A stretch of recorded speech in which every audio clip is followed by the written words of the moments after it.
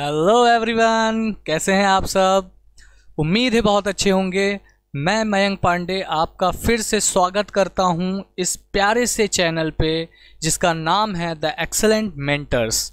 और आज हम लोग सॉल्व करने जा रहे हैं 10th ICSE के केमिस्ट्री का पेपर जो कि लास्ट ईयर आया था 2023 में।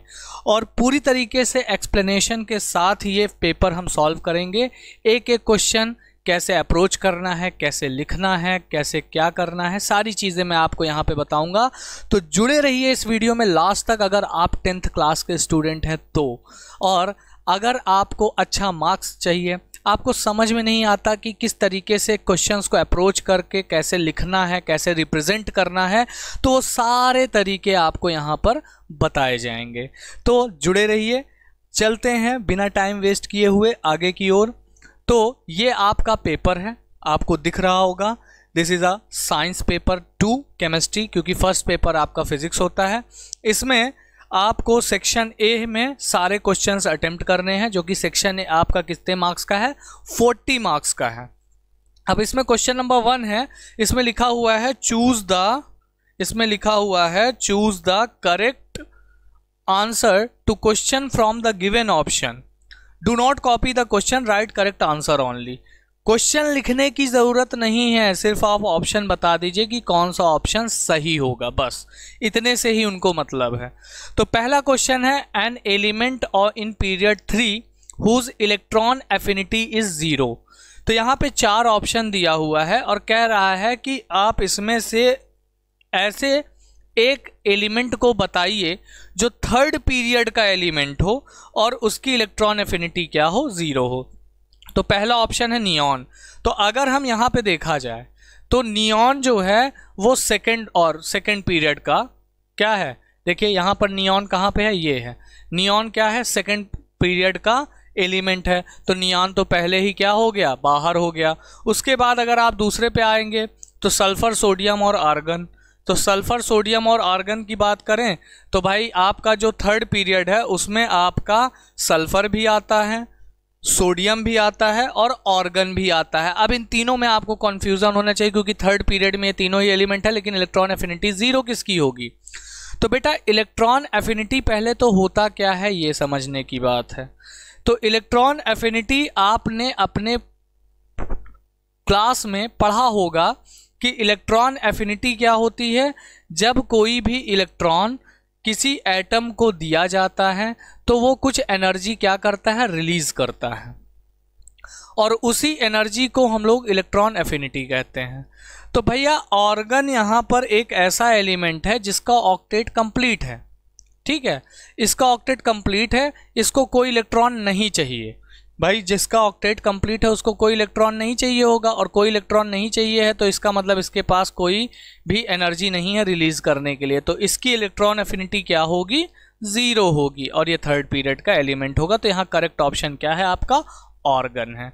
और अगर आप ट्रेंड को फॉलो करते हैं तो इलेक्ट्रॉन एफिनिटी क्या होती है, लेफ्ट टू राइट मूव करने पर आपका क्या होता है, लेफ्ट टू राइट मूव करने पर इलेक्ट्रॉन एफिनिटी आपकी इंक्रीज करती है, लेकिन जो वो इनर्ट गैसेस होते हैं उनकी इलेक्ट्रॉन एफिनिटी हमेशा क्या होती है, 0 होती है। ये आपको नोट पॉइंट में बताया गया होगा।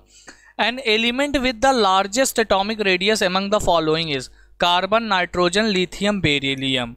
अब यहाँ पे फिर से आ जाइए, कार्बन भी क्या है, सेकेंड पीरियड का एलिमेंट है।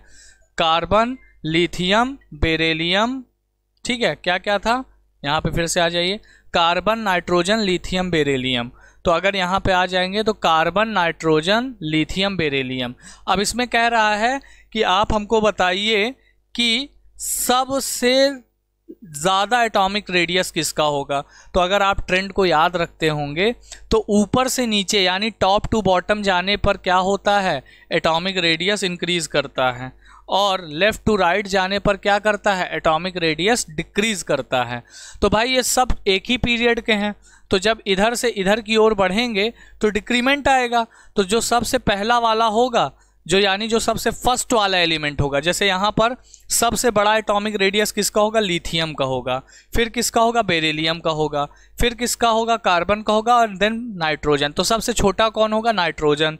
तो यहाँ पे हमको सबसे लार्जेस्ट एटॉमिक नंबर पूछ रहा है, लार्जेस्ट एटॉमिक साइज पूछ रहा है, तो किसका होगा बेटा, लिथियम का होगा। किसका होगा, लिथियम का होगा। करेक्ट है, आगे बढ़ सकते हैं। Very good. The compound that is not an ore of aluminium, aluminium का ओर कौन सा नहीं है, तो पहला है भैया क्रायोलाइट, दूसरा है कोरंडम, तीसरा है फ्लोर्सपर, चौथा है बॉक्साइट। ठीक है, 4 एलिमेंट है आपके पास, तो 4 ओर है, इसमें से कह रहा है एल्यूमिनियम का और कौन सा नहीं है। तो अगर आप पढ़े होंगे तो आपको पता होगा कि बॉक्साइट का फॉर्मूला क्या होता है, Al2O3.2H2O। क्रायोलाइट का फॉर्म क्या होता है, Al2O3, यानी 2H2O खत्म हो जाता है। उसके बाद आपका यहाँ पर फ्लोर्सपर और कोरंडम 2 चीज़ें बची हुई है। तो यहाँ पर आपका जो करेक्ट आंसर होगा दैट इज फ्लोर्सपर।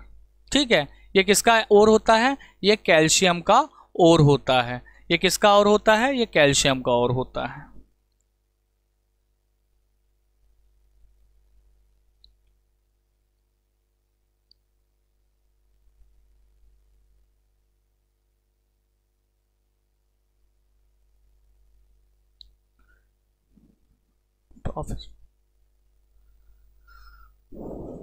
ठीक है, तो अगला क्वेश्चन है, कह रहा है the vapour density of CH3OH is atomic weight. अच्छा, इस क्वेश्चन में एक आता है कोरंडम, ये भी बहुत रेयर एयर और होता है, ये आपका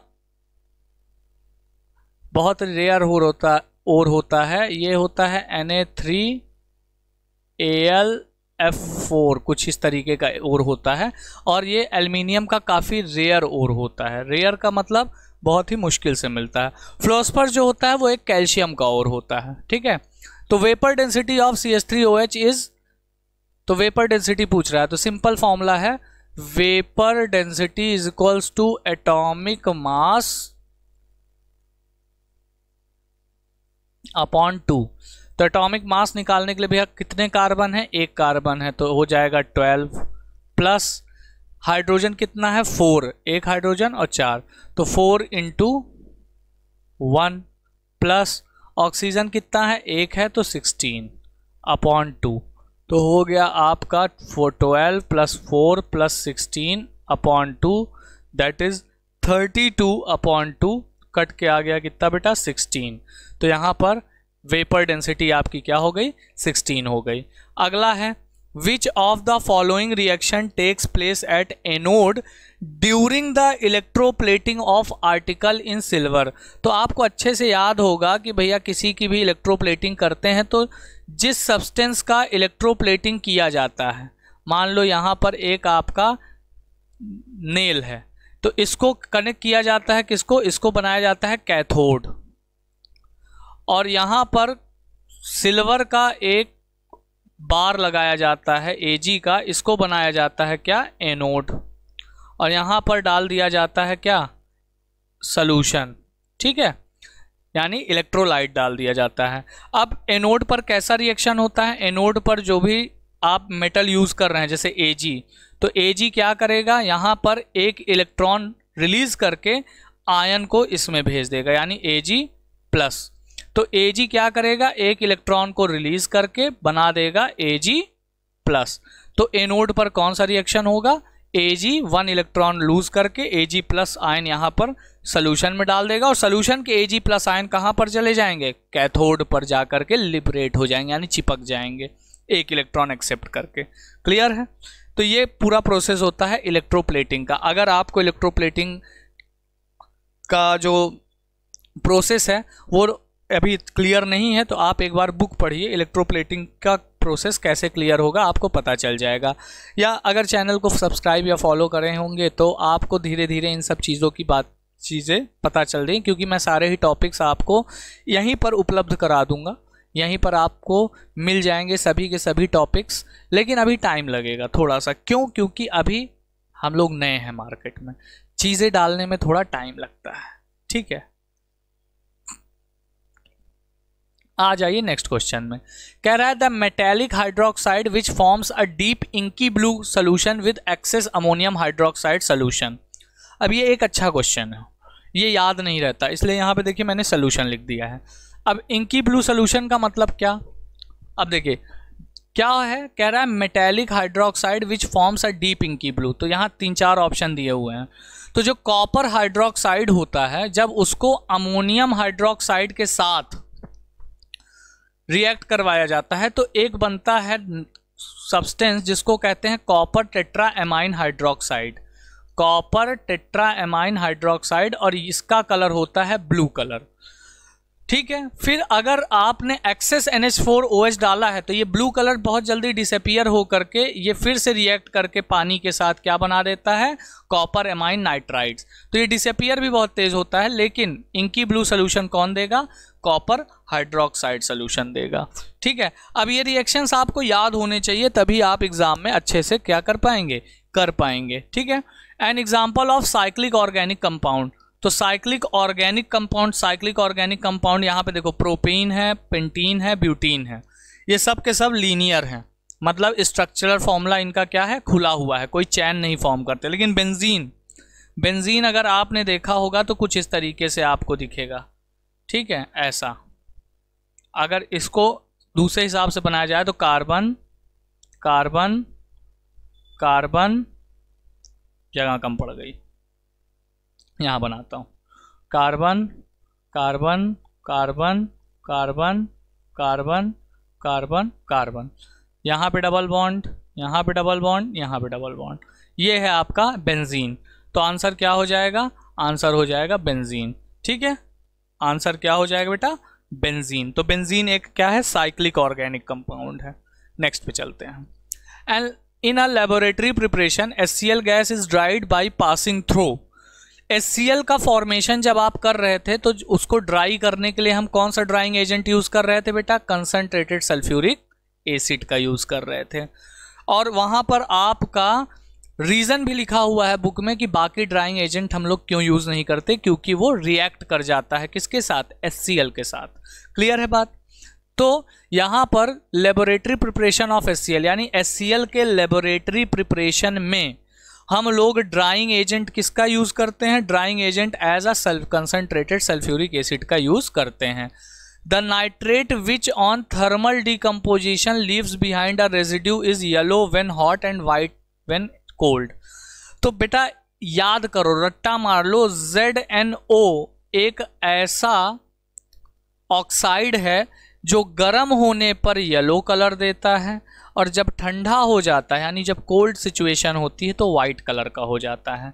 तो यहां पर जिंक नाइट्रेट, देखिए यहां पर क्या है, जिंक नाइट्रेट।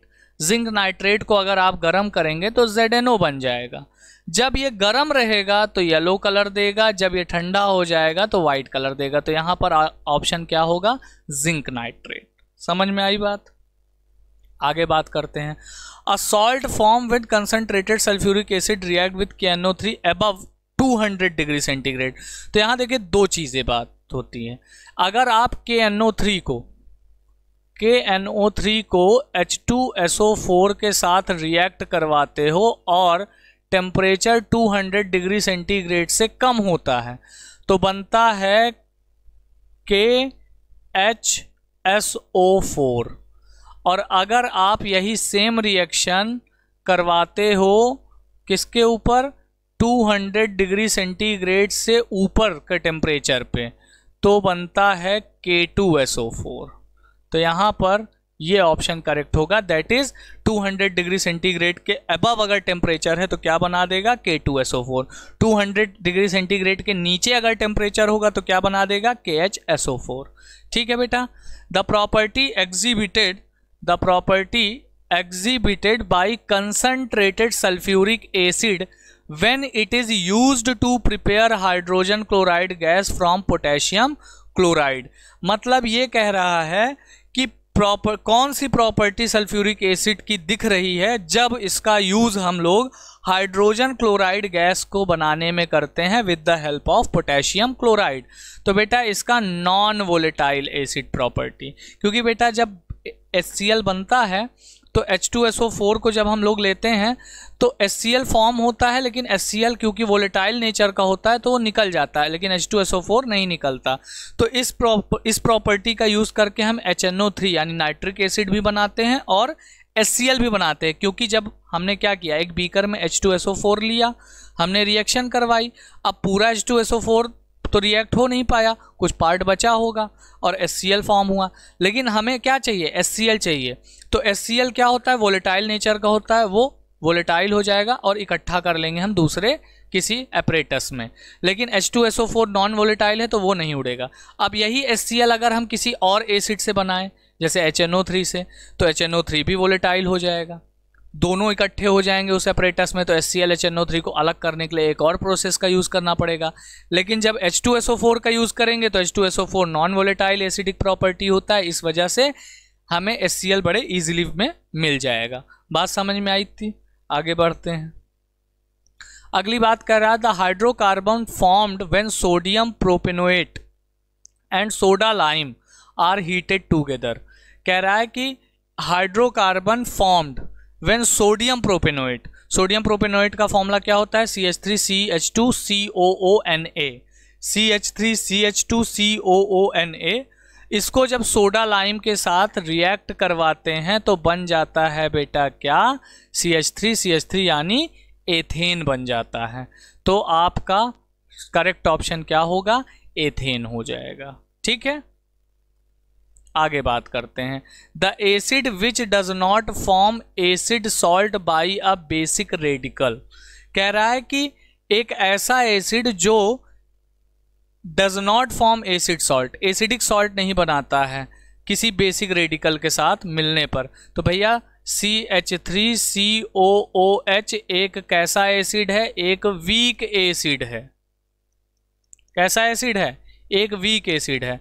जब वीक एसिड को किसी बेस रेडिकल के साथ रिएक्ट करवाएंगे तो जो आपका सॉल्ट बनेगा, अगर वीक बेस के साथ आप रिएक्ट करवा रहे हो तो न्यूट्रलाइजेशन रिएक्शन के दौरान जो सॉल्ट बनेगा वो न्यूट्रल सॉल्ट बनेगा, और अगर आप स्ट्रॉन्ग बेस के साथ इसका रिएक्शन करवा रहे हो तो बेसिक सॉल्ट बनेगा। यानी किसी भी कंडीशन में ये एसिडिक सॉल्ट तो नहीं बना सकता। तो ये क्या होगा, CH3COOH इसका करेक्ट ऑप्शन होगा। क्लियर है चीजें? आगे बढ़ते हैं। The general formula of hydrocarbons with single covalent bond. Single covalent bond का मतलब क्या होता है, एल्केन। सिंगल कोवैलेंट बॉन्ड का मतलब हो गया कि भाई आपसे एल्केन का फॉर्मूला पूछ रहा है, तो एल्केन का फॉर्मूला क्या होता है, CnH2n+2। तो option A is correct. The indicator which changes to pink colour in alkaline solution. तो कौन सा इंडिकेटर है जो एल्कलाइन सोल्यूशन में क्या करता है, पिंक कलर प्रोवाइड करता है, दिस इज अ फिनोप्थलीन। तो ये कौन सा इंडिकेटर होगा, फिनोप्थलीन। क्लियर है? आगे बढ़ते हैं। अगला है match the column. Column A और कॉलम बी को मैच करना है। कॉलम ए में 5 ऑप्शन है, कॉलम बी में 6 ऑप्शन है। यानी कॉलम बी में एक एक्स्ट्रा ऑप्शन दे के रखा है, जिसमें से वो किसी का हो सकता है कोई ऐसा ऑप्शन है जिसका 2 ऑप्शन सही हो, या हो सकता है कि कोई एक किसी का भी ना हो। तो सोडियम क्लोराइड, अब यहाँ पे अगर आप पढ़ेंगे तो sodium chloride has a high melting point and boiling point. क्यों? सोडियम क्लोराइड एक कैसा कंपाउंड है, एक आयनिक कंपाउंड है, और आयनिक कंपाउंड का मेल्टिंग और बॉइलिंग पॉइंट काफ़ी हाई होता है। तो इसका क्या हो जाएगा, फर्स्ट, यानी पहले का हो जाएगा सोडियम क्लोराइड का हो जाएगा सेकंड। उसके बाद है मेथेन।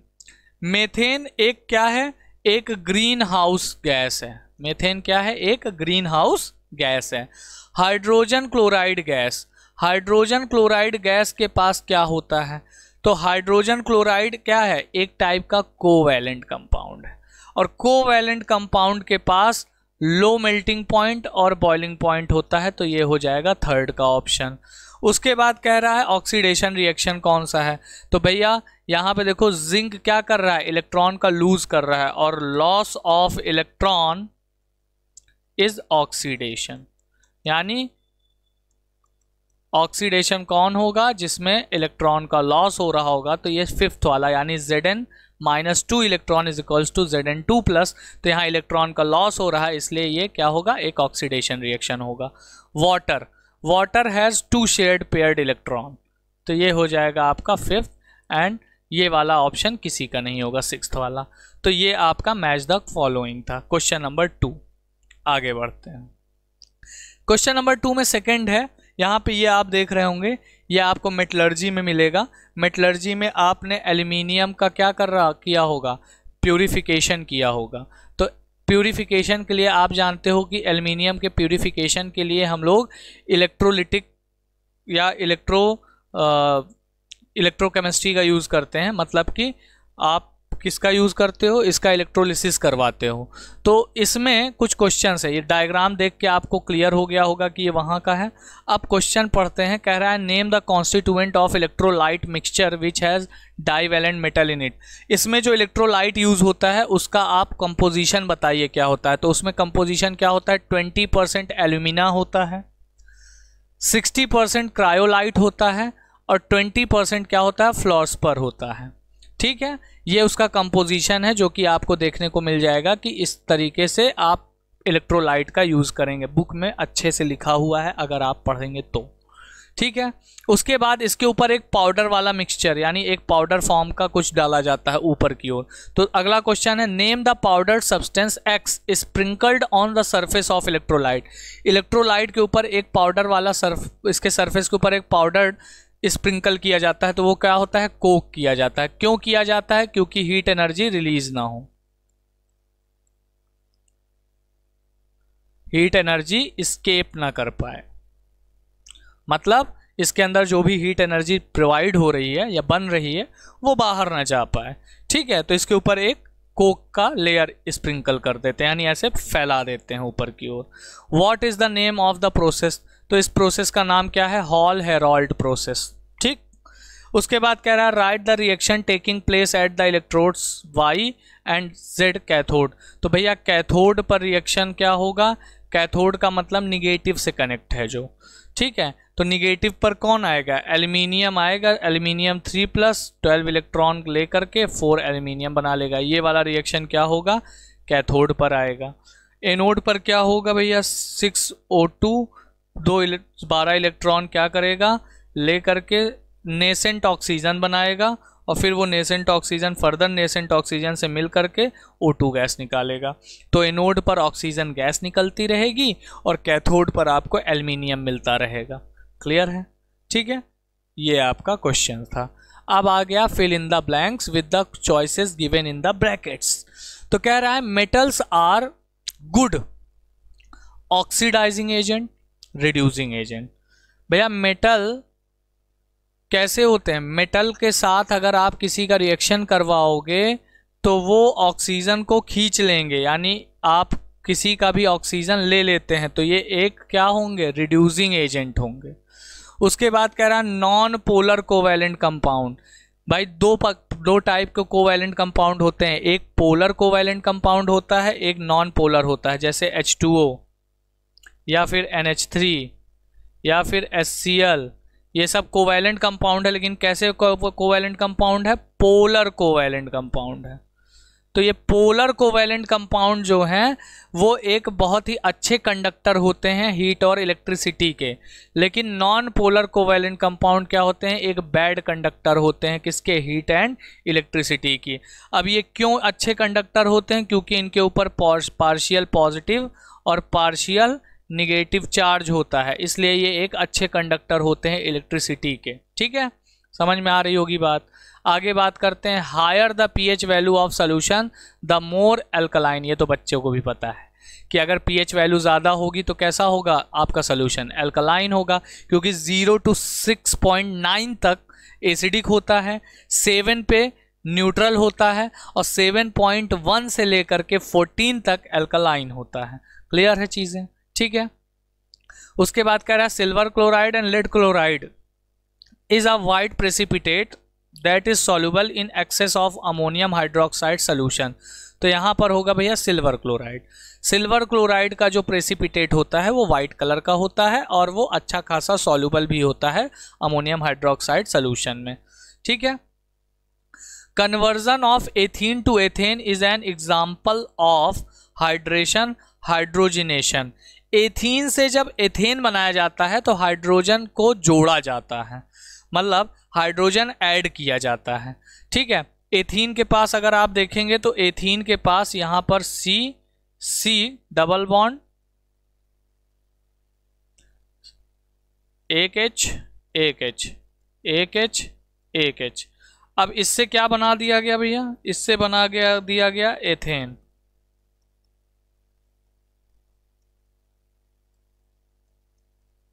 ये बॉन्ड टूट जाता है और ये बॉन्ड टूट करके एक एक हाइड्रोजन ऐड हो जाता है। तो जब हाइड्रोजन को ऐड किया जाता है तो वो रिएक्शन होता है हाइड्रोजिनेशन रिएक्शन। तो इसका करेक्ट ऑप्शन क्या होगा, it is a hydrogenation reaction. It is a hydrogenation reaction. Clear है इतनी बात, आपको समझ में आ गई होगी। ठीक, ओके आगे बढ़ते हैं।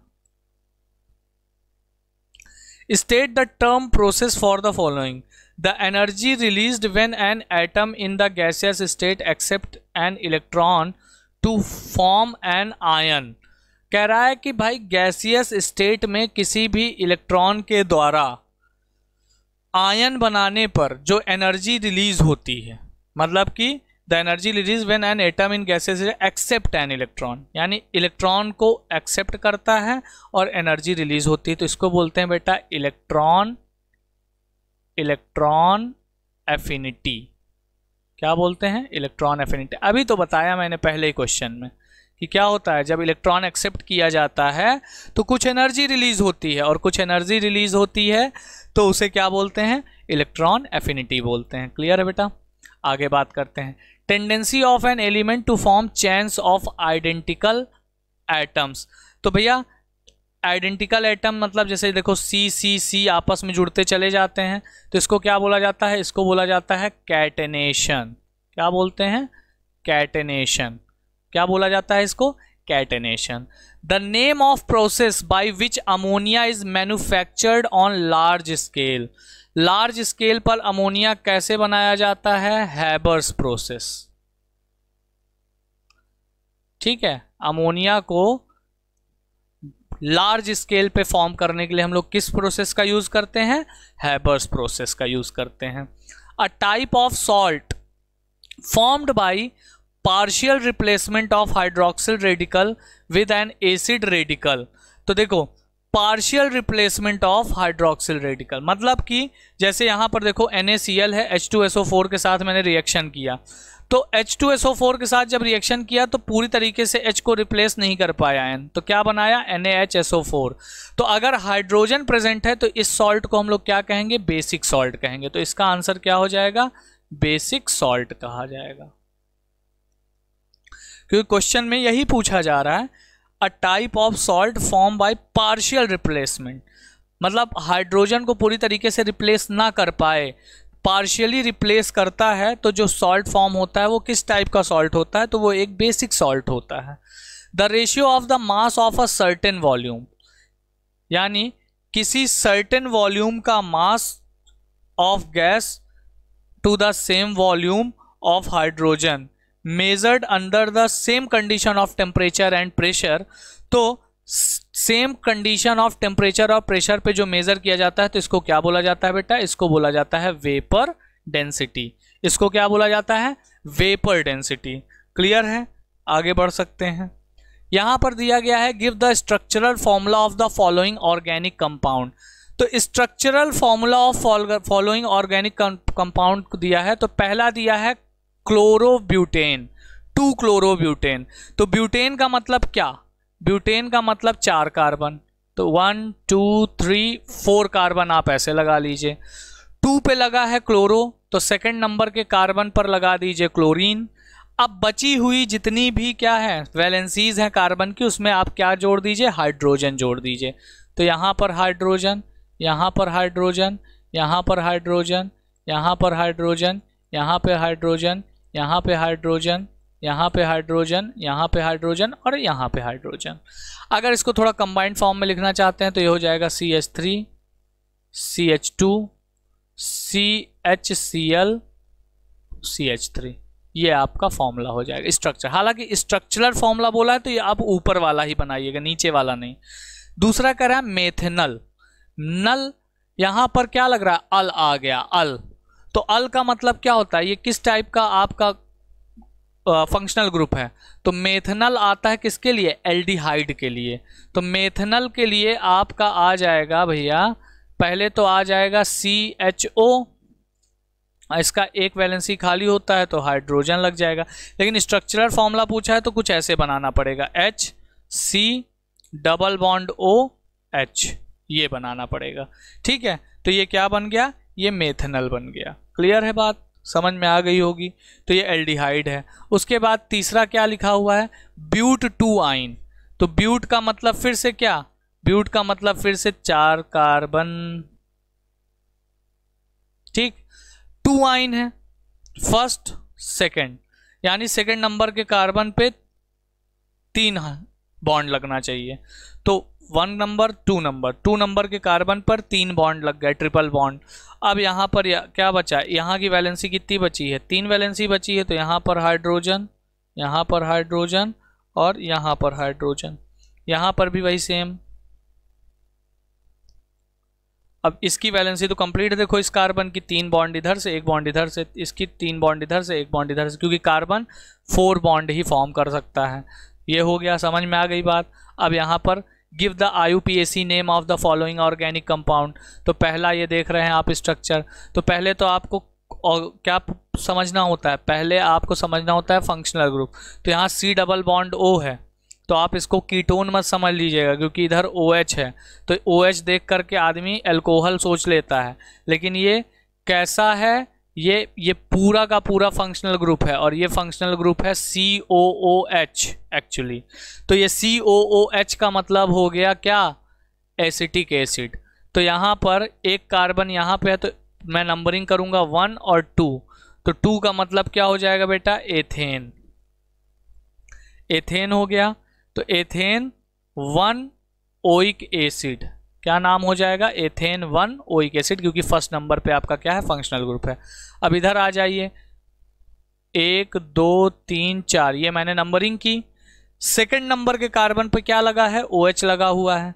तो यहां पर हो जाएगा ब्यूट 2 ऑल, क्या हो जाएगा, ब्यूट 2 ऑल। ठीक है, सॉरी ब्यूट नहीं, ब्यूटेन, ब्यूट एन 2 ऑल, क्या लग जाएगा, ब्यूटेन 2 ऑल, ये इसका नाम हो जाएगा। क्लियर है, आगे बढ़ते हैं। नेक्स्ट है, identify the cation in each of the following cases. पहला केस है, ammonium hydroxide solution when added to solution B. कोई सोल्यूशन बी है, उसमें जब हम अमोनियम हाइड्रोक्साइड सोल्यूशन को डालते हैं तो गिव्स अ वाइट प्रेसिपिटेट, क्या देता है, एक वाइट प्रेसिपिटेट देता है, which does not dissolve in excess of ammonium hydroxide, जो कि excess of ammonium hydroxide solution में डिसॉल्व नहीं होता।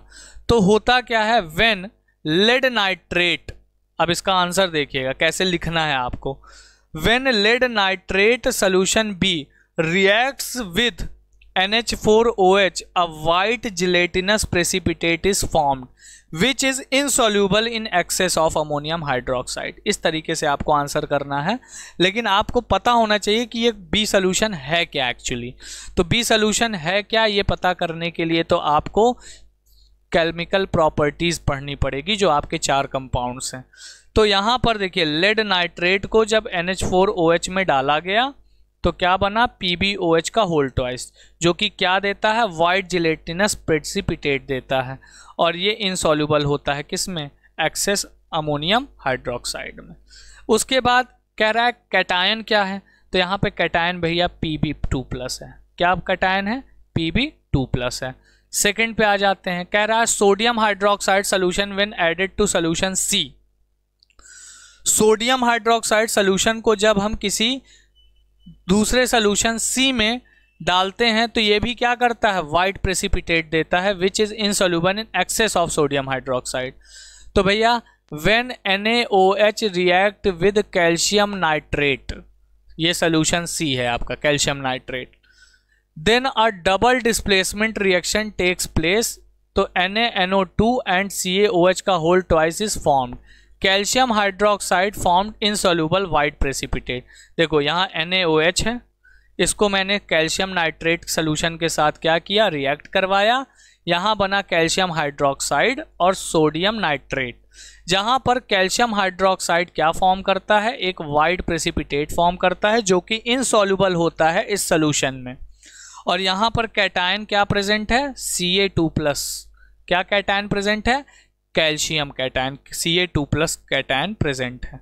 आगे बढ़ते हैं नेक्स्ट पे, कह रहा है fill in the blanks by choosing the correct answer from the brackets, यानी इन ब्रैकेट्स में आपको करेक्ट ऑप्शन चूज करना है।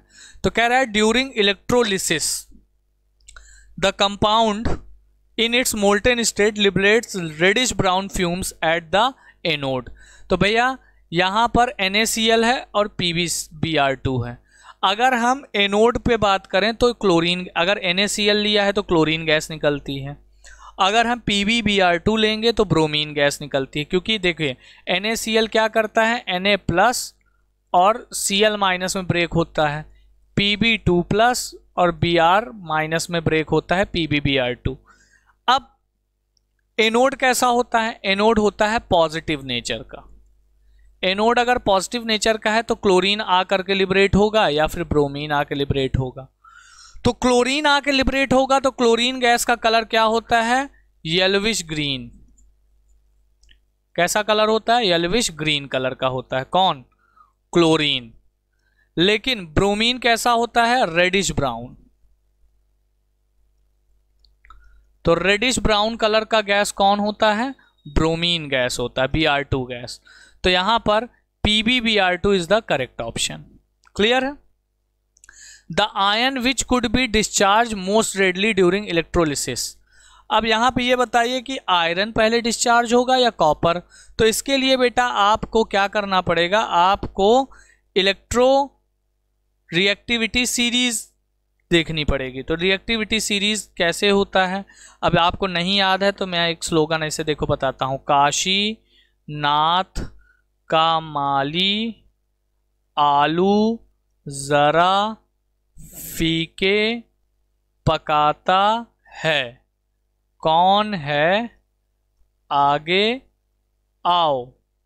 ठीक है, ये आपका क्या है, रिएक्टिविटी सीरीज है।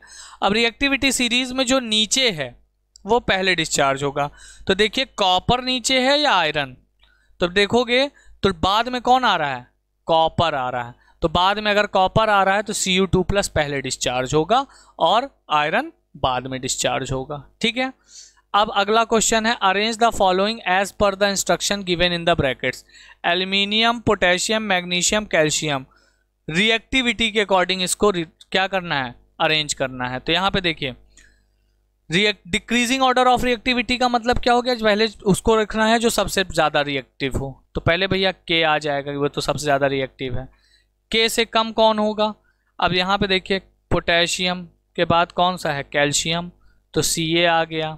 फिर उसके बाद कौन सा है, देखो पोटेशियम, मैग्नीशियम है तो मैग्नीशियम आ गया, और फिर सबसे लास्ट में कौन आ जाएगा, aluminium. This is a correct option for decreasing order of reactivity series. ठीक है। उसके बाद कह रहा है nitrogen, beryllium, oxygen, carbon, increasing order of non metallic characteristic. अब नॉन मेटेलिक कैरेक्टरिस्टिक के लिए आपको आना पड़ेगा पीरियोडिक टेबल में। तो नॉन मेटेलिक कैरेक्टरिस्टिक आपका क्या होता है, नीचे जाने पर इंक्रीज करता है, लेफ्ट टू राइट जाने पर क्या करता है, डिक्रीज करता है। तो यहाँ पर नाइट्रोजन है, बेरिलियम है, ऑक्सीजन है और कार्बन है। पहले तो देखिए क्या ये सब एक ही पीरियड के हैं, तो देखेंगे तो नाइट्रोजन, कार्बन, ऑक्सीजन और बेरिलियम तीनों एक ही के हैं। सबसे पहले आ रहा है बेरिलियम, फिर आ रहा है कार्बन, फिर आ रहा है नाइट्रोजन, फिर आ रहा है ऑक्सीजन। तो अगर मैं बात करूं तो यहाँ पर बेरिलियम सबसे पहले आ रहा है, तो ये क्या होगा, इसका मेटेलिक कैरेक्टर सबसे ज़्यादा होगा। तो बेरिलियम का मेटेलिक कैरेक्टर आपका सबसे ज़्यादा है। ठीक है। उसके बाद किसका होगा, उसके बाद होगा आपका पीरियोडिक टेबल देखेंगे तो बेरिलियम के बाद कौन आ रहा है, कार्बन। उसके बाद कौन आएगा, उसके बाद आएगा कार्बन, फिर आएगा नाइट्रोजन और फिर आएगा ऑक्सीजन। तो मेटालिक कैरेक्टर यहाँ पर जो साइन लगी है वो उल्टी लग गई, इसको पहले सही करो।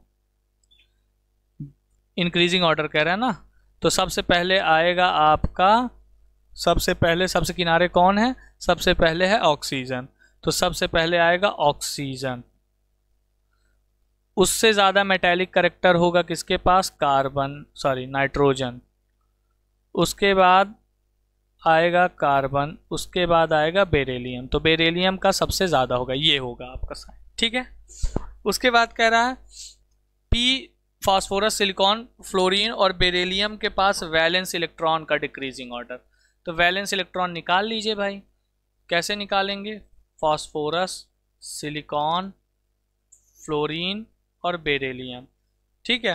अब अगर यहाँ पर पीरियोडिक टेबल आपको याद हो तो फास्फोरस कितना है, 15, तो फास्फोरस का एटॉमिक नंबर है 15, सिलिकॉन का एटॉमिक नंबर है आपका 14, सिलिकॉन का कितना है 14, फ्लोरीन का है आपका 9 और बोरॉन का है आपका, यहाँ पे देखेंगे तो 5, ठीक है, बोरॉन का क्या है 5। अब इलेक्ट्रॉनिक कॉन्फ़िगरेशन कर लीजिए, 285, 284, 2,7 और 2,3। वैलेंस इलेक्ट्रॉन किसके पास है, बोरॉन के पास 3 है, उसके बाद सिलिकॉन के पास 4 है, फिर फास्फोरस के पास 5 है, फिर फ्लोरीन के पास 7 है। डिक्रीजिंग ऑर्डर कह रहा है, तो पहले सबसे ज़्यादा जिसके पास होगा वो आएगा, तो पहले कौन आएगा, फ्लोरीन आएगा, फिर कौन आएगा, फास्फोरस आएगा, फिर कौन आएगा, सिलिकॉन आएगा, और फिर लास्ट में कौन आएगा, बोरॉन आ जाएगा, ठीक है। तो लास्ट में बोरॉन आ जाएगा, तो ये आपका करेक्ट ऑर्डर हो जाएगा इस क्वेश्चन के लिए। क्लियर है, बहुत ही क्वेश्चन कॉम्प्लिकेटेड नहीं होता है, बस ये है कि आपको क्वेश्चन समझ में आना चाहिए कि आपसे पूछा क्या गया है। जब तक ये समझ में नहीं आएगा तब तक आप नहीं कर पाओगे। अब ये एक क्वेश्चन मेरे पीपीटी में मिस हो गया था, that is complete the following reaction. ये रिएक्शन दिया है, complete the following reaction and balance it. तो क्वेश्चन, पहला क्वेश्चन इसमें ये था NH4Cl, क्वेश्चन नंबर ये था NH4Cl प्लस CaOH का होल ट्वाइस। तो यहाँ पर जब NH4 अमोनियम क्लोराइड को कैल्शियम हाइड्रोक्साइड के साथ रिएक्ट करवाया जाएगा तो पहले कैल्शियम क्लोराइड बनेगा, फिर अमोनिया गैस बनेगी और फिर H2O बनेगा। ये इसका बैलेंस्ड रिएक्शन है। CuSO4 NH4OH, कॉपर सल्फेट और अमोनियम हाइड्रोक्साइड को जब रिएक्शन करवाएंगे तो बनेगा अमोनियम सल्फेट और कॉपर हाइड्रोक्साइड, ये डबल डिस्प्लेसमेंट रिएक्शन हो जाएगा। कॉपर को HNO3 के साथ, कंसनट्रेटेड HNO3 के साथ जब रिएक्शन करवाएंगे तो आपका बनेगा कॉपर नाइट्रेट, NO2 गैस और H2O, ठीक है, ये आपका रिएक्शन हो जाएगा। तो ये एक क्वेश्चन मिस हो गया था जो कि मैंने बाद में ऐड किया। क्लियर है, तो ये आपका रिएक्शन है। तो अब देखो यहाँ पर रिएक्शन याद करना और बैलेंस करना दो अलग चीज़ें हैं। अब याद करने के लिए आपको क्या याद करना है कि भैया जब अमोनियम क्लोराइड कैल्शियम हाइड्रोक्साइड के साथ रिएक्शन करेगा तो कैल्शियम क्लोराइड बनाएगा, अमोनिया बनाएगा, H2O बनाएगा। पहले आप रिएक्शन को लिख लेंगे और देन क्या करेंगे, बैलेंस करेंगे, ठीक है। बैलेंस फॉर्म में केमिकल रिएक्शन याद करना थोड़ा सा मुश्किल होता है। अगला है state the relevant reason for the following. Hydrogen chloride gas can not be dried over quick lime. Quick lime के साथ हाइड्रोजन क्लोराइड गैस को क्या किया, ड्राई नहीं किया जाता। क्यों नहीं ड्राई किया जाता, क्योंकि कैल्शियम ऑक्साइड एक क्या है, एक बेसिक सोल्यूशन है, यानी एक बेस है। और जब इसके ऊपर अगर आप क्या करेंगे, HCl को ड्राई करने की कोशिश करेंगे तो HCl और कैल्शियम ऑक्साइड आपस में रिएक्ट कर लेगा और कैसा रिएक्शन देगा, न्यूट्रलाइजेशन रिएक्शन देगा। तो यहाँ पर देखो मैंने रीज़न लिखा है, because CO is the basic, if we use CaO for drying HCl then react and form salt and water. मतलब दोनों रिएक्ट कर जाएंगे तो हमें ड्राई HCl गैस तो मिलेगा नहीं। उसके बाद दूसरा क्या कह रहा है, ammonia gas is not collected over water. क्यों नहीं कलेक्ट किया जाता? Because ammonia is highly soluble in water, क्योंकि अमोनिया बहुत ज़्यादा सॉल्युबल होता है वाटर में। Identify the alloy in each case. Aluminium, magnesium, manganese और कॉपर को मिला करके कौन सा एलॉय बनाया जाता है? तो आपने बुक में पढ़ा होगा, क्या बनाया जाता है? ड्यूराल्यूमिन। क्या बनाते हैं? ड्यूराल्यूमिन। उसके बाद आयरन, निकेल, क्रोमियम, कार्बन, इसको मिला करके क्या बनाया जाता है? Stainless steel. ये सब रट्टाफिकेशन क्वेश्चन है, ठीक है। अब इसको आप याद होगा तो आप आसानी से लिख लेंगे, नहीं याद होगा तो आप कुछ भी कर लीजिए, इसमें कुछ होना नहीं है, ठीक है। तो इस सबको याद ही करना पड़ता है, एक ही ऑप्शन है। Solve the following numerical problem.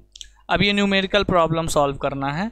यहाँ पर लिखा हुआ है ethane burns in oxygen according to the chemical equation 2C2H6 7O2 4CO2 6H2O। 80 ml of ethane is burned in 300 ml of oxygen. Find the composition of the resultant gaseous mixture when mixture at a room temperature. तो भैया पहले तो reaction लिखिए। तो क्या reaction है? 2C2H6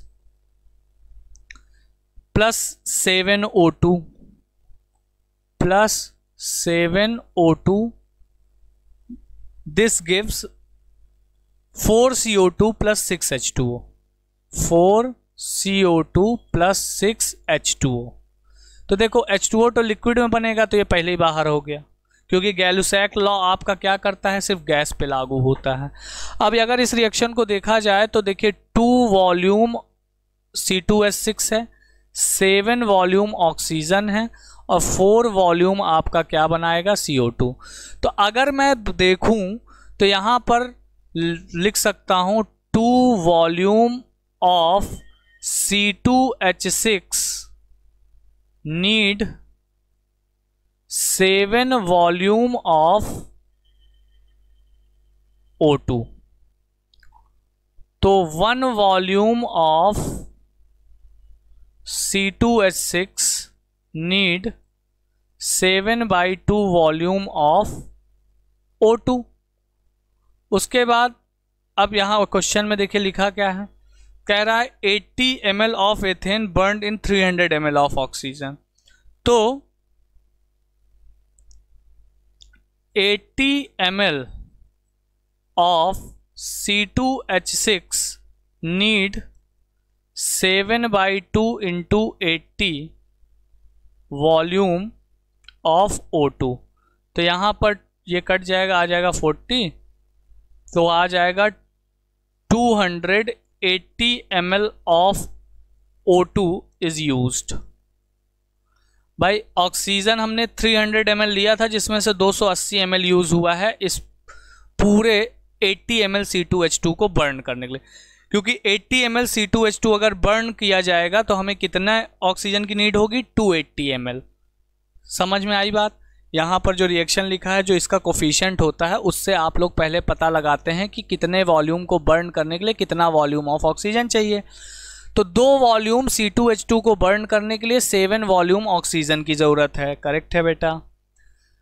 4 volume CO2 बन रहा है, तो 2 वॉल्यूम को 7 वॉल्यूम की ज़रूरत है, तो 1 वॉल्यूम को 7/2 वॉल्यूम की ज़रूरत होगी। That simple unitary method. अगर 2 पेंसिल 7 रुपए की है तो एक पेंसिल कितने की होगी? 7/2, 7/2 दैट इज 3.5 रुपीज़। तो वैसा ही कुछ है। और 80 पेंसिल कितना लगेगा? तो 80 इंटू 3.5 यानी 80 इंटू 7/2। तो ये कर दिया, तो मतलब 280 ml of oxygen is used. अब फिर से आ जाइए, 2 volume C2H6 form 4 volume of CO2। तो 1 volume of C2H2 form 2 volume of CO2। तो 80 volume of C2H6 form 80 into 2 that is 160 volume of CO2। तो बना कितना भैया? बना आपका 160 सेंटीमीटर क्यूब CO2 फॉर्म हुआ है, और 300 सेंटीमीटर क्यूब हमने क्या लिया था, 300 ml, सॉरी ml में है, मैंने सेंटीमीटर क्यूब कर दिया, इसको सही कर लीजिएगा। हाँ ml यहाँ लिखा है, यहाँ पर ml कर दीजिए, 160 ml। तो 160 ml आपका क्या बना है, CO2 बना है। 300 ml लिया था ऑक्सीजन, जिसमें से यूज़ कितना हुआ है 280, तो बचा कितना 20 ml आपका क्या बच गया है, ऑक्सीजन। तो जो रिजल्टेंट कंपाउंड होगा भैया, इसका 80 ml पूरा यूज़ हो गया, इसका ऑक्सीजन का 300 ml में से 280 ml यूज़ हो गया, और क्या फॉर्म किया, 160 ml कार्बन डाइऑक्साइड फॉर्म किया। तो जो रिजल्टिंग आपका पूरा रिजल्टिंग सोल्यूशन होगा, उसमें 160 ml ऑफ CO2 बचेगा और 220 ml ऑफ ऑक्सीजन बचेगा। This is a resulting composition. ये क्या है, रिजल्टिंग कंपोजिशन है। क्लियर, आगे चलते हैं। The following question are pertaining to the laboratory preparation of ammonia gas from magnesium nitride। Magnesium nitride की मदद से हमें अमोनिया गैस बनानी है। तो मैग्नीशियम नाइट्राइड Mg3N2 + 6H2O, इसको रिएक्ट करवाया, क्या बना, मैग्नीशियम हाइड्रोक्साइड और 2NH3। ये तो बैलेंस केमिकल रिएक्शन हो गया। Why is this method seldom use. Seldom का मतलब बहुत लार्ज स्केल पे बनाने के लिए नहीं यूज़ कर सकते, या रेयरली यूज़ करते हैं, because it is so expensive, काफ़ी महंगा प्रोसेस है ये। How do you identify the gas form. जो गैस फॉर्म होगी उसको आप कैसे पहचानोगे, तो भैया NH3 गैस जो है वो वाटर में काफ़ी ज़्यादा हाईली सॉल्युबल है, तो इसका जो एक्वस सोल्यूशन होता है वो फॉर्म कर देता है NH4OH। क्या बना देता है, NH4OH, यानी अमोनियम हाइड्रोक्साइड फॉर्म कर देता है। इसका क्या, एक्वस सोल्यूशन, तो अमोनिया का। तो जैसे ही हम एक वेट, मतलब कि एक गीला लिटमस पेपर लाएंगे, तो रेड कलर का लिटमस पेपर होगा तो वो किस में कन्वर्ट हो जाएगा, ब्लू कलर में कन्वर्ट हो जाएगा। इस तरीके से हम इस गैस को क्या करेंगे, टेस्ट करेंगे। तो ammonia gas is a basic in nature, in their aqueous solution turns wet litmus red to blue. इस तरीके से आप रिप्रेजेंट करेंगे अपने आंसर्स को, ठीक है। आगे बात करते हैं। Right one use of the following alloys. तो ब्रॉन्ज का यूज क्या करते हैं, स्टैचूज बनाने का। ब्रॉन्ज मतलब पीतल, ठीक है, सॉरी ब्रास मतलब पीतल। ब्रॉन्ज एक एलॉय होता है, मूर्तियां वगैरह बनाने के यूज में आता है, देखा होगा आपने, बट पता नहीं होगा कि एक्चुअल में यही ब्रॉन्ज है। दूसरा है फ्यूज मेटल। फ्यूज मेटल क्या है, शोल्डरिंग पर्पस से यूज किया जाता है।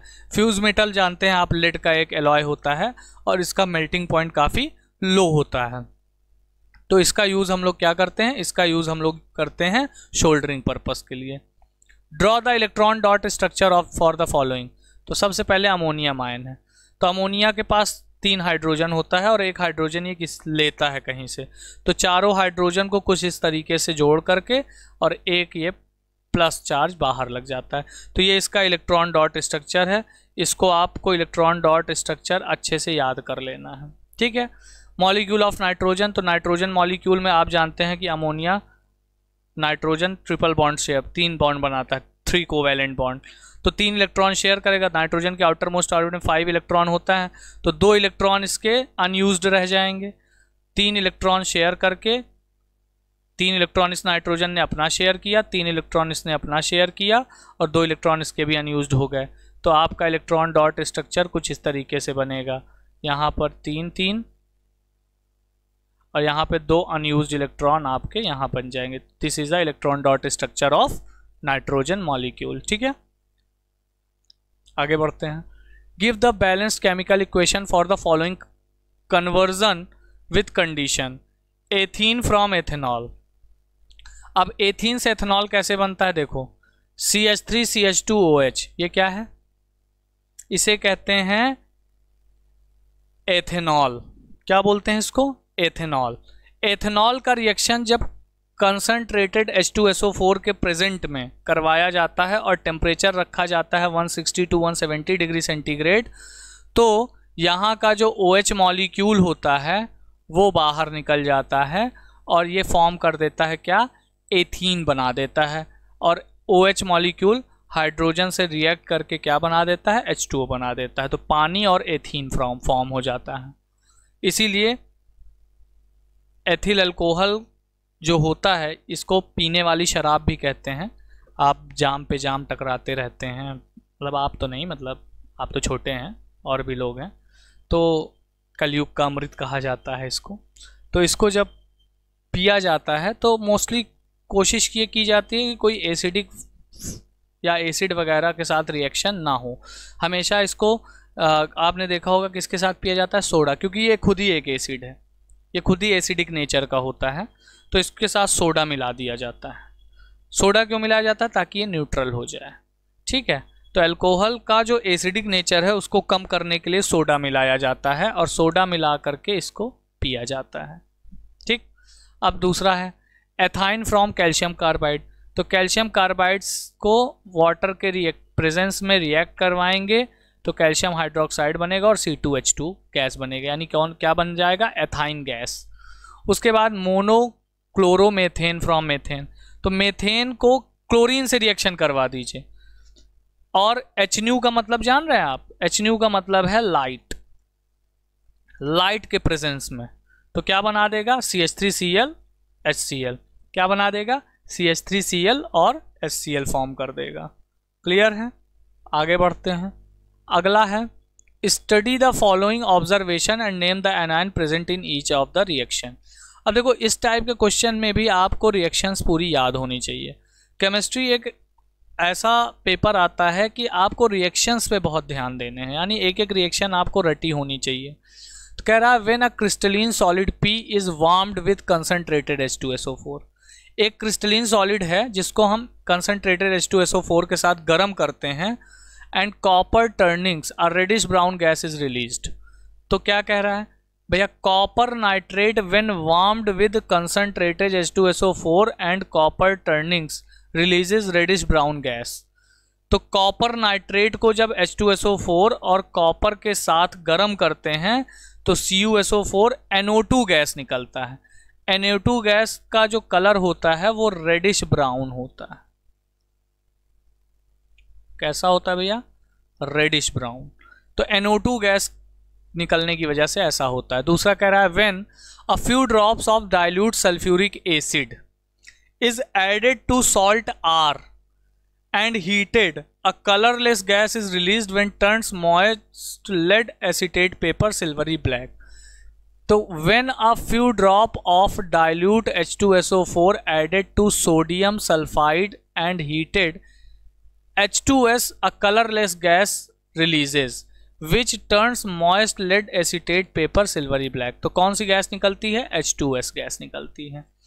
तो Na2S ये क्या है, सोडियम सल्फाइड। उसके बाद H2SO4 के साथ लिया और गर्म किया तो क्या बना, Na2SO4 H2S गैस निकला।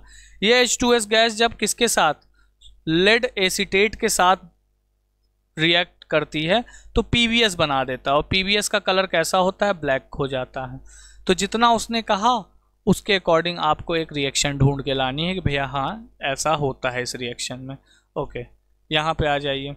When a few drop of barium nitrate solution is added to salt solution Q, white precipitate is formed which is insoluble in HCl. तो यहाँ पर देखिए when a few drop of barium nitrate solution are added to sodium sulfate solution, a white precipitate of barium sulfate is formed which is insoluble in HCl and the anion present is SO4 double minus। ठीक है, तो जब barium nitrate solution का कुछ drop sodium sulphate solution में add किया जाता है तो वाइट प्रेसिपिटेट, किसका white precipitate, barium sulphate BaSO4, ये क्या देता है, वाइट प्रेसिपिटेट फॉर्म करता है,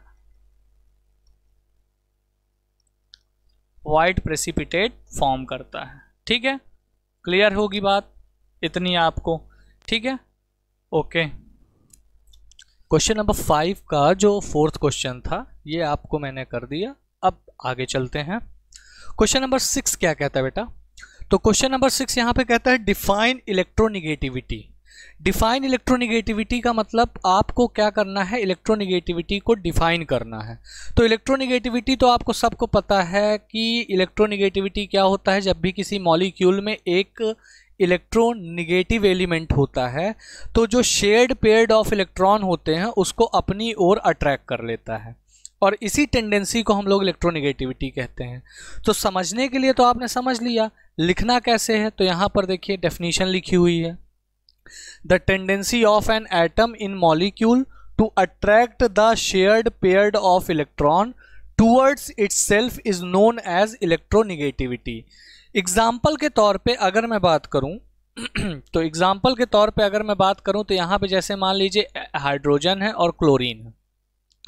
तो हाइड्रोजन का ये है और क्लोरीन का ये है, और इन दोनों के बीच में क्या है, शेयर्ड पेयर्ड ऑफ इलेक्ट्रॉन है। ठीक है, ये तो नॉर्मल स्ट्रक्चर है। लेकिन क्योंकि क्लोरीन ज़्यादा इलेक्ट्रोनिगेटिव है, यानी क्लोरीन के पास इलेक्ट्रोनिगेटिविटी ज़्यादा है इन कंपैरिजन टू H, यानी हाइड्रोजन के कंपेयर में क्लोरीन की इलेक्ट्रोनिगेटिविटी ज़्यादा है। इसकी वजह से क्या होता है, क्लोरीन अपने शेयर्ड पेयर्ड ऑफ इलेक्ट्रॉन को अपनी ओर अट्रैक्ट कर लेता है, मतलब थोड़ा सा अपनी ओर शिफ्ट कर लेता है, जिसकी वजह से हाइड्रोजन और क्लोरीन के ऊपर एक डेल्टा माइनस और एक डेल्टा प्लस, यानी इसको partial positive and partial negative charge कहते हैं। इसी टेंडेंसी को हम लोग क्या कहते हैं, इलेक्ट्रोनिगेटिविटी कहते हैं। तो डिफाइन इलेक्ट्रोनिगेटिविटी में आपको सीधा ऐसे लिख देना है। एग्जाम्पल देना चाहें तो आप दे सकते हैं हाइड्रोजन क्लोरीन का, ठीक है। और इलेक्ट्रोनिगेटिविटी की वजह से ही आपका क्या होता है, एक पोलर कोवैलेंट कंपाउंड फॉर्म करता है। यानी पोलर कोवैलेंट कंपाउंड किसकी वजह से बनता है, इलेक्ट्रोनिगेटिविटी की वजह से। दूसरा है Gay Lussac's law, Gay Lussac's law of combining volume. तो ये क्या कहता है, the law of combining volume states that when gases react together to form other gases. जब दो गैसेस एक दूसरे से रिएक्ट करते हैं तो एक अदर कोई गैस बनाते हैं। And when all volumes of the reactant gases and gaseous product can be expressed in simple whole number. और इस कंडीशन में जो रिएक्टेंट गैसेस का वॉल्यूम है और जो प्रोडक्ट गैस का वॉल्यूम है उसको एक होल नंबर के टर्म में आप क्या कर सकते हैं, होल नंबर के टर्म में डिस्क्राइब कर सकते हैं। जैसे मान लीजिए मैंने क्या लिया, कार्बन मोनोऑक्साइड लिया, उसको ऑक्सीजन से रिएक्ट करवाया, बना दिया CO2। ठीक है, अब इसको थोड़ा बैलेंस कर लेंगे। बैलेंस करने के लिए देखिए यहाँ पर 2 लगा देंगे, 2 2 4 ऑक्सीजन, यहाँ 2 लगा देंगे, हो गया। इसका मतलब क्या है, 2 वॉल्यूम हमको क्या लेना पड़ेगा, CO, तो 1 वॉल्यूम हमको क्या लेना पड़ेगा, ऑक्सीजन। अब आपके दिमाग में ये जा रहा होगा कि रिएक्टेंट 2 वॉल्यूम ये है, 1 वॉल्यूम ये है, तो 2 + 1 तो प्रोडक्ट आपका 3 वॉल्यूम बनेगा। तो ऐसा नहीं है, गैलुसैक्स लॉ यही कहता है कि ये भी क्या बनेगा, 2 वॉल्यूम। ये सब कुछ किस पे डिपेंड करेगा, इसके कोफिशिएंट पे डिपेंड करेगा। कहने का सेंस ये है कि अगर आपको 2 लीटर कार्बन मोनोऑक्साइड को बर्न करना है ऑक्सीजन से, तो बर्न करने का मतलब ऑक्सीजन से रिएक्शन, तो आपको 1 लीटर क्या लेना पड़ेगा, ऑक्सीजन। अब आपको लग रहा होगा कि मैंने 1 लीटर ऑक्सीजन लिया और 2 लीटर कार्बन मोनोऑक्साइड लिया, तो जो प्रोडक्ट CO2 बनेगा वो 3 लीटर बनना चाहिए, लेकिन ऐसा नहीं होगा। ऐसा सिर्फ क्या होगा, यहाँ पर 2 लीटर ही आपका क्या बनेगा, CO2 बनेगा। समझ में आई बात। तो ये कहता है आपका गैलुसैक्स लॉ। उसके बाद कह रहा है empirical formula of an organic compound is CHCl2 if it's relative molecular mass is 168, what is the molecular formula. तो देखो सबसे पहले आप क्या निकालोगे, empirical molecular mass. Empirical molecular mass क्या हो जाएगा, कार्बन 12 हो गया, हाइड्रोजन में 1 हो गया, क्लोरीन में हो गया 35.5 का डबल करेंगे तो 71 हो गया। ये जुड़ करके कितना हो गया बेटा, 12 1 13, 13 1 ये हो गया 4, 7 और 1 10, 84। ठीक है, 84 आ गया। ये क्या है, एम्पिरिकल मॉलिक्यूलर मास। उसके बाद यहाँ पर n की वैल्यू आपको फाइंड करनी होगी। तो n की वैल्यू जो होती है वो होता है molecular mass upon empirical molecular mass, दोनों का डिवाइडेशन। तो ये कितना है, 168 दिया हुआ है, इसमें आप 84 का डिवाइड करेंगे, मल्टीप्लाई करेंगे, आ जाएगा 2। तो n की वैल्यू क्या आ गई बेटा, 2। ठीक, अब उसके बाद मॉलिक्यूलर फॉर्मूला के लिए क्या करते हैं, मॉलिक्यूलर फॉर्मूला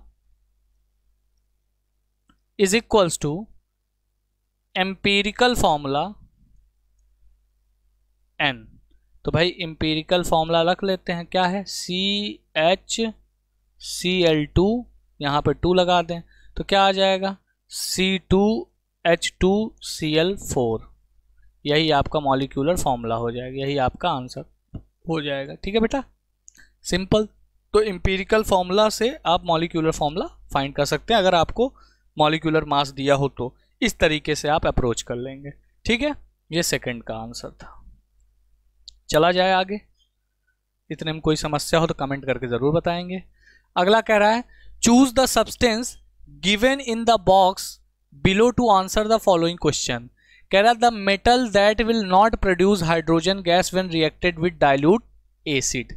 डाइल्यूट एसिड से रिएक्ट करवाने पर कौन सा वो मेटल है जो हाइड्रोजन गैस प्रोवाइड नहीं करता।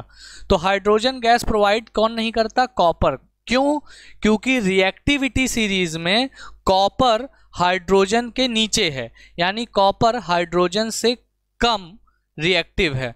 तो ये क्या करता है, इस रिएक्शन में कॉपर हाइड्रोजन को डिस्प्लेस नहीं कर पाएगा, क्योंकि जो एलिमेंट या जो मेटल कम एक्टिव होते हैं, कम रिएक्टिव होते हैं, वो ज्यादा रिएक्टिव एलिमेंट को डिस्प्लेस नहीं कर पाते, इसलिए यहां पर कोई भी रिएक्शन नहीं होगी। सिंपल सी बात है।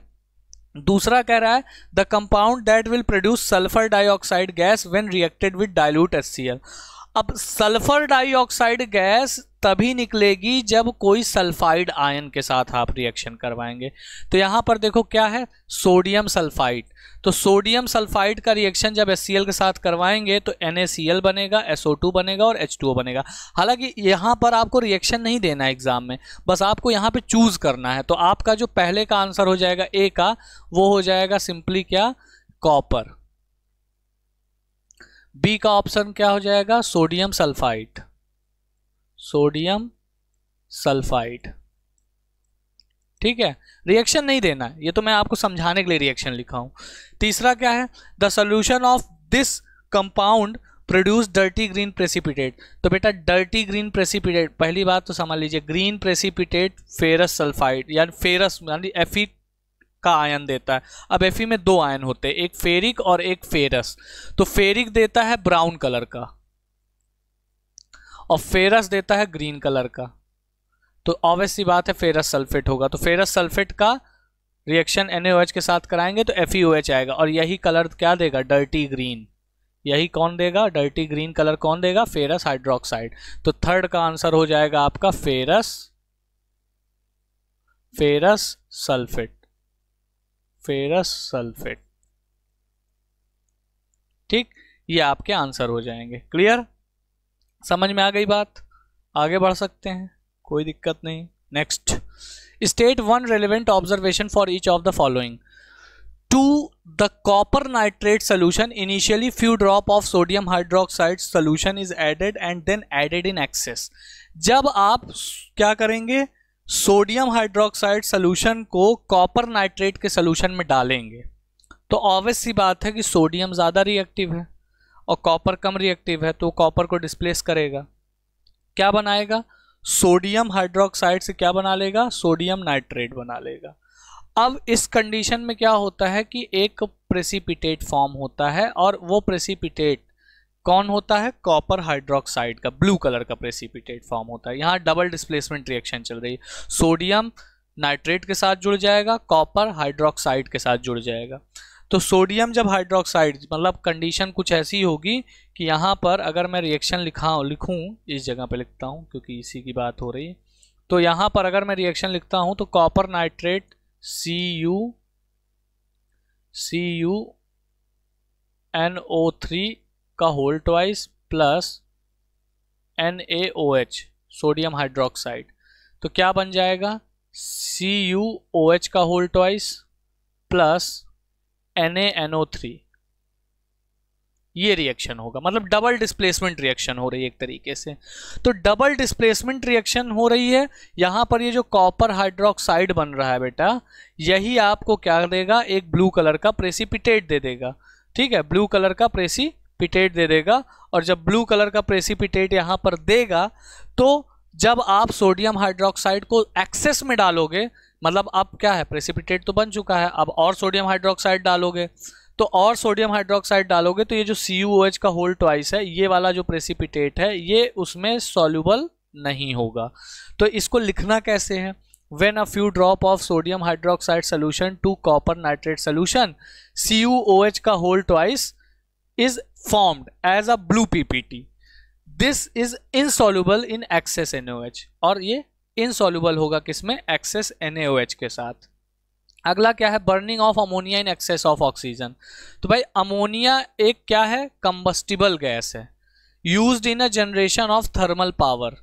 अमोनिया एक प्रकार का क्या है, एक कंबस्टिबल गैस है, और कैसे यूज किया जाता है, as a generation of thermal power. When ammonia react with oxygen it produces nitrogen gas and water. जब इसको क्या किया जाता है, when ammonia react with oxygen, oxygen के साथ रिएक्ट करता है तो ये क्या करता है, ये नाइट्रोजन गैस और वाटर को प्रोड्यूस करता है। उसके बाद ये रिएक्शन है NH3 और O2 का रिएक्शन करवाया, क्या बना, N2 और H2O बना, और इस तरीके से इसने क्या किया, कंबस्टिबल यानी जलने भी लगता है। Dry ammonia gas is passed over heated PbO। जब लेड ऑक्साइड के ऊपर ड्राई अमोनिया गैस पास कराई जाती है तो ऑक्साइड निकल जाता है, यानी Pb अलग बचता है। यानी ये लेड को एक तरीके से एक्सट्रैक्ट करने का तरीका भी है कि लेड को PbO से आप लेड कैसे निकालोगे, ठीक है, एक्सट्रैक्शन का एक मेथड है। तो उस पर ड्राई अमोनिया गैस पास कराते हैं जिसकी वजह से Pb मेटल अलग हो जाता है, N2 नाइट्रोजन गैस और पानी बनता है, ठीक है। तो nitrogen gas produced when dry ammonia gas is passed over heated PbO। तो जब हीटेड PbO के ऊपर आप अमोनिया गैस पास कराते हो तो क्या होता है, नाइट्रोजन गैस आपका बाहर निकलता है, ठीक है। नेक्स्ट कह रहा है an organic compound with same molecular formula but different structural formula. तो बेटा इसको बोलते हैं आइसोमर्स, आइसोमेरिज्म, या इसको क्या बोलते हैं, आइसोमेरिज्म। अब जैसे मान लो मैंने यहाँ पे लिखा C4H8, ये लिखा। अब इसका मैं स्ट्रक्चर बनाना चाहूँ तो ये हो जाएगा C डबल बॉन्ड C, यहाँ पर H2, यहाँ पर H2, यहाँ पर H2, यहाँ पर H2 और यहाँ पर H3।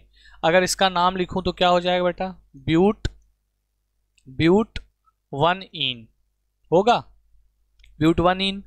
और अगर मैं इसी का ऐसे भी लिख सकता हूँ, carbon single bond carbon, double bond carbon, single bond carbon, यहाँ पर एक हाइड्रोजन, यहाँ पर एक हाइड्रोजन, यहाँ पर H3 और यहाँ पर H3। इसका नाम लिखना चाहूँ तो क्या लिख सकता हूँ, ब्यूट 2इन। क्या दोनों का स्ट्रक्चर सेम है, नहीं है, लेकिन दोनों का फॉर्मूला, मॉलिक्यूलर फॉर्मूला C4H8 ही होगा। जोड़ लीजिए आप, हाइड्रोजन 3, एक 4, एक 5, एक 6, एक 7, हाँ एक सेकेंड कहीं गड़बड़ हुआ, यहाँ एक हाइड्रोजन एक्स्ट्रा लगा दिया मैंने,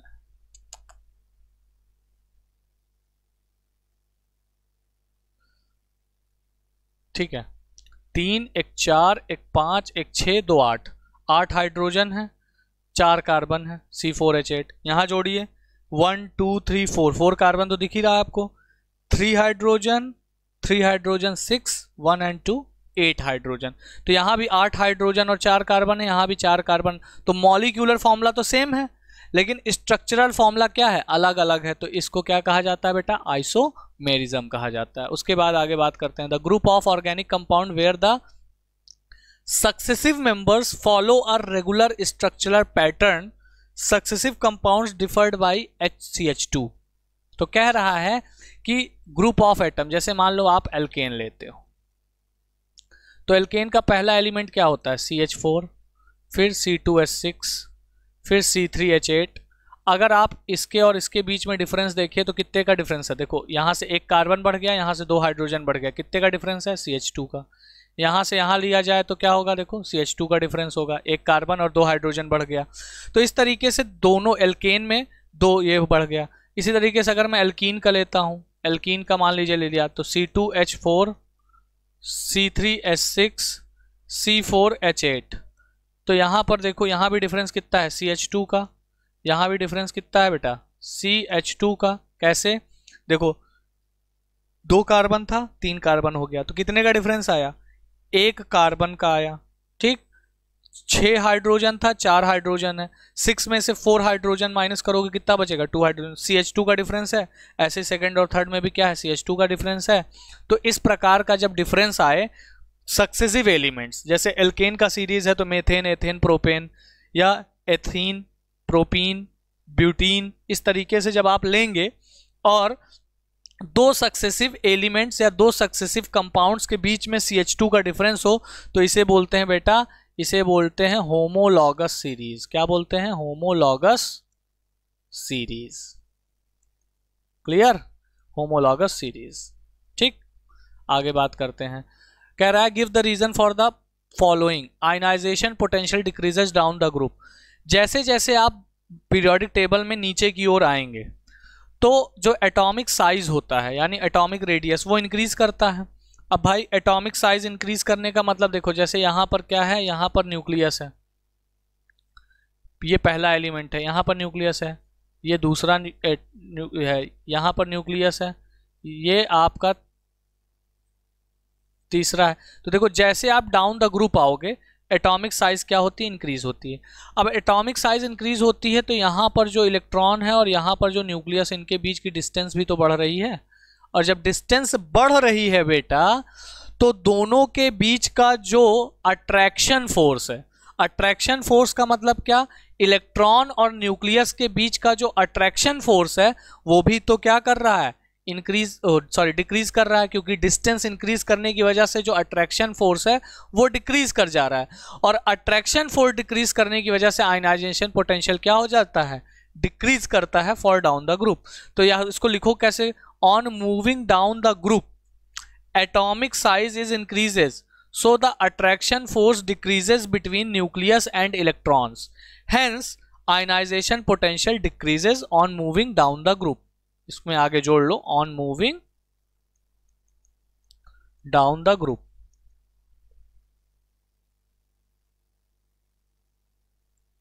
ठीक है, इस तरीके से आप आंसर दे देंगे। दूसरा क्या कह रहा है? Ionic compound do not conduct electricity in solid state. Ionic compound electricity को कंडक्ट नहीं कर पाता सॉलिड स्टेट में। तो भाई in solid state ionic compound के अंदर जो आयंस होते हैं, in solid state the ions of ionic compound freeze and can not move. एक जगह फिक्स हो जाते हैं, फ्रीज हो जाते हैं। भाई सॉलिड स्टेट में आयंस एक जगह फ्रीज हो गए, क्योंकि आपको पता है सॉलिड स्टेट में जो पार्टिकल्स होते हैं वो क्या करते हैं? वाइब्रेट ही तो कर पाते हैं, चल फिर तो पाते नहीं है। तो सॉलिड स्टेट में जो आयनिक कंपाउंड्स हैं वो फ्रीज हो जाते हैं। अब आयंस जब मूव ही नहीं कर पाएंगे तो भाई इलेक्ट्रिसिटी को कैसे कंडक्ट करेंगे? तो can not move, so they can not conduct electricity in solid state. समझ में आई बात? जैसे नमक है NaCl, सॉलिड, अगर नमक में ऐसे तार डाल दो तो करंट नहीं फ्लो करेगी, लेकिन उसको पानी में घोल दोगे तो करंट क्या करेगी? फ्लो करने लगेगी। क्लियर है? क्लियर होगा। अब आ गया अगला question, the percentage of phosphorus in fertiliser super phosphate calcium H2PO4 का whole twice, correct the 1 decimal point. Percentage पूछा है। परसेंटेज कंपोजिशन के लिए क्या करते हैं हम लोग? थर्ड का A। पहले तो हम लोग निकालेंगे मॉलिक्यूलर फॉर्मूला, मॉलिक्यूलर वेट। ठीक है, तो मॉलिक्यूलर वेट देखो, कैल्शियम का आपका हो गया 40, उसके बाद यहां लगा लेंगे प्लस, ब्रैकेट लगा है उसके आगे 2 लगा है तो यहां लगा देंगे 2, यहां फिर ब्रैकेट लगाया, H2 यानी 2, फॉस्फोरस के ऊपर कितना? एक ही है तो फॉस्फोरस का होता है 31, प्लस ऑक्सीजन 4 है तो 4 × 16 कर देंगे। ठीक है बेटा, यहाँ पे करेंगे 40 + 2, यहाँ पर 2 31 6 4 ये हो गया 2 + 31 + 64। इसको ऐड कर लो, कितना हो जाएगा? 40 + 2 33 और 64, तो 4 3 7 और 2 1 3 4 3 7 6 3 9 97 × 2। उसके बाद 40 + 194, ठीक। 194 प्लस 40 कितना हो जाएगा बेटा? 0 नहीं 4 4, अरे 4 9 4 13 234, 234 इज द मॉलिक्यूलर वेट। अब क्या कर रहा है? Percentage composition. तो percentage of phosphorus is equals to हो जाएगा, फॉस्फोरस कितना बेटा? 31 इंटू 2, तो 62 अपॉन 234 इंटू 100, ठीक है। इसको सॉल्व करेंगे तो लगभग 26.5% आ जाएगा। आप सॉल्व कर लीजिएगा, मुझे आंसर क्योंकि डायरेक्ट याद है तो मैं लिख दे रहा हूँ, कौन इसको काटे वाटे, हालांकि कट करोगे आंसर यही आएगा, ठीक है। तो यहाँ पर क्या करते हैं, जब भी परसेंटेज कंपोजिशन पूछता है तो पहले आप पूरे कंपाउंड का मॉलिक्यूलर वेट निकाल लोगे, उसके बाद सिर्फ जिसका पूछ रहा हो उसका मॉलिक्यूलर वेट ले लोगे। तो अब आप कहेंगे सर यहाँ तो 31 है, आपने 62 क्यों लिया? क्योंकि बेटा यहाँ पर होल ट्वाइस लगा है, तो यहाँ फॉस्फोरस एक्चुअल में 2 है, तो 2 इंटू 31, तो इसलिए मुझे कितना लेना पड़ेगा? 62 लेना पड़ेगा, और 62 अपॉन 234 इंटू 100 कर देना है, आंसर आ जाए। गलती यही होती है, कुछ लोग 31 रख करके सॉल्व कर देते हैं और आंसर उनका क्या होता है? गड़बड़ हो जाता है। तो ये ध्यान दीजिएगा कि बाहर होल ट्वाइस लगा हुआ है। Right the empirical formula of C8H18, अरे इसको तो यहीं कर दो, ये क्या हो जाएगा? C4H9, यही तो होगा। जो कॉमन मिलता है उसको बाहर निकाल के डिवाइड कर, जैसे यहाँ 8 है, यहाँ 18 है, अब यहाँ पर 8 और 18 में 2 कॉमन ले सकते हो, तो बचेगा क्या? 4 और 9, तो बस यही होगा इसका एम्पिरिकल फॉर्मूला, ठीक है। समझ में आई बात? आगे बढ़ते हैं।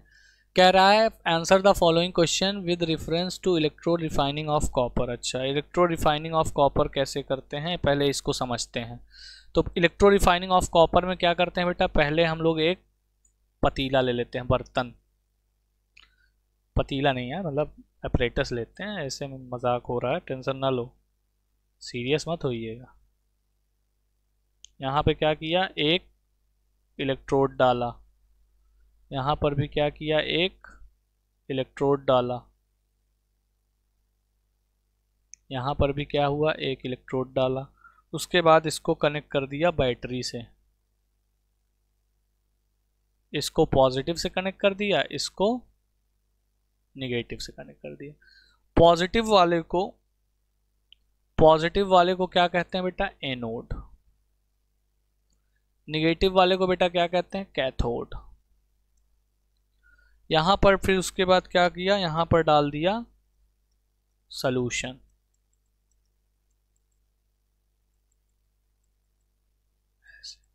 अब क्या होगा? होना क्या है? अब एनोड से कॉपर जो होगा, एनोड में जो कॉपर होगा वो क्या करेगा? 2 इलेक्ट्रॉन यहां पर निकाल करके, जो कि 2 इलेक्ट्रॉन मूव करते हुए इस पॉजिटिव एंड तक आएंगे, यहाँ पर सॉल्यूशन में क्या दे देगा? Cu2+ का आयन।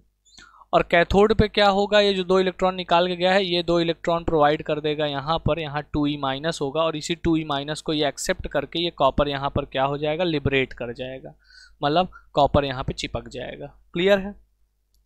तो हम रिफाइन कर रहे हैं, हमारे पास 2 मेटल का पीस है, एक प्योर कॉपर का है, एक इम्प्योर कॉपर का है। इम्प्योर कॉपर को अगर मैं एनोड पे लगा दूं तो इसमें जितना भी कॉपर होगा सब निकल के प्योर कॉपर में जाके चिपक जाएगा। तो हम इस तरीके से जो एक इम्प्योर कॉपर है उसमें जितना कॉपर होगा उसको एक्सट्रैक्ट कर लेंगे। मतलब इसको मैंने क्या कर दिया? रिफाइन कर लिया कि इसमें जो भी कॉपर है ये यहाँ पे जोड़ दिया, इससे कॉपर निकल करके कैथोड वाले कॉपर पे जाके चिपक गया। ये कंडीशन होती। तो अब इसके बेसिस पे कुछ क्वेश्चन है। पहला क्वेश्चन है what is the anode made of. तो एनोड किसका बना होगा? एनोड बना होगा बेटा इम्प्योर कॉपर का। किसका बना होगा? इम्प्योर कॉपर का। उसके बाद कह रहा है what do you observe at cathode. Cathode पर आप क्या ऑब्जर्व करोगे? तो भैया कैथोड पहले पतला दुबला सा होगा, लेकिन जब कॉपर इस पे आके चिपकने लगेगा तो जो कैथोड होगा वो क्या हो जाएगा? Becomes thick. क्या हो जाएगा? बिकम्स थिक, मोटा हो जाएगा। उसके बाद right the reaction taking place at cathode. तो कैथोड पर क्या रिएक्शन हो रहा है बेटा? Cu2+ कॉपर जा रहा है वहां पे, 2 इलेक्ट्रॉन ले करके Cu सॉलिड में बदल जा रहा है। बस यही रिएक्शन हो रहा है एट कैथोड। अगर पूछता एनोड पर क्या रिएक्शन हो रहा है तो एट एनोड पर आप क्या लिखते? एट एनोड पर आप लिखते Cu2 प्लस 2 इलेक्ट्रॉन, ये आपका एनोड पर होता है, यानी कॉपर 2 इलेक्ट्रॉन निकाल करके Cu2 में कन्वर्ट हो जा रहा है। क्लियर है? ठीक है, तो यही है। आगे बढ़ते हैं। कह रहा है arrange the following according to instruction given below, C2H2 C3H6 CH4 C4 in the increasing order of molecular weight. तो भाई सबका पहले मॉलिक्यूलर वेट निकाल लो फटाफट। तो मॉलिक्यूलर वेट निकालोगे तो देखो C2H2 मैं डायरेक्ट निकालता हूँ, आप बता देता हूँ आपको कैसे निकलेगा, अभी हालांकि मैंने बताया भी है।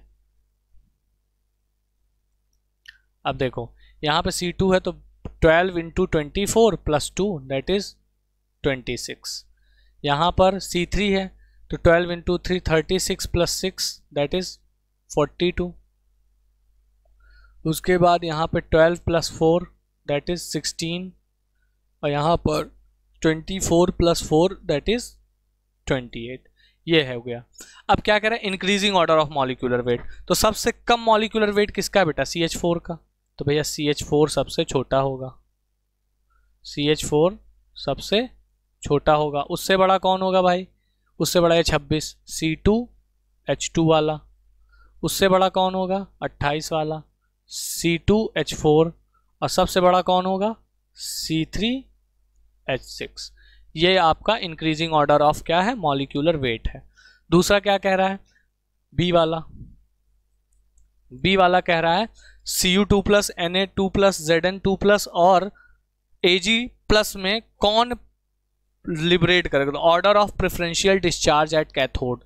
तो बेटा इसके लिए मैंने आपको एक सीरीज बताई थी, फिर से लिख दे रहा हूं एक बार। काशीनाथ का माली आलू जरा फीके पकाता है, कौन है आगे आओ और प्लेटिनम। ठीक है, अब इसमें क्या है? नीचे से चलना है। जो नीचे होंगे यानी जो बाद वाले होंगे वो पहले डिस्चार्ज होंगे, जो ऊपर होंगे वो बाद में डिस्चार्ज होंगे। तो सबसे नीचे अगर मैं बात करूं इस लिस्ट में, ये जो दिया गया है इस लिस्ट में, इसमें और इसमें अगर आप कंपेयर करें तो सबसे नीचे कौन होगा? सबसे नीचे मुझे दिख रहा है कौन? Ag+। तो सबसे पहले डिस्चार्ज कौन होगा? Ag+। उसके बाद Ag के बाद कौन डिस्चार्ज होगा बेटा? Ag के बाद आपका डिस्चार्ज होगा कॉपर। ठीक है, Cu2+। उसके बाद कौन होगा? Zn। उसके बाद कौन होगा? सोडियम। ये आपका आंसर हो जाएगा, preferential order to discharge. Clear है? समझ में आई बात? तो ये आंसर हो जाएगा। अब कह रहा है अगला बात, अगली चीज क्या कह रहा है? Let's think.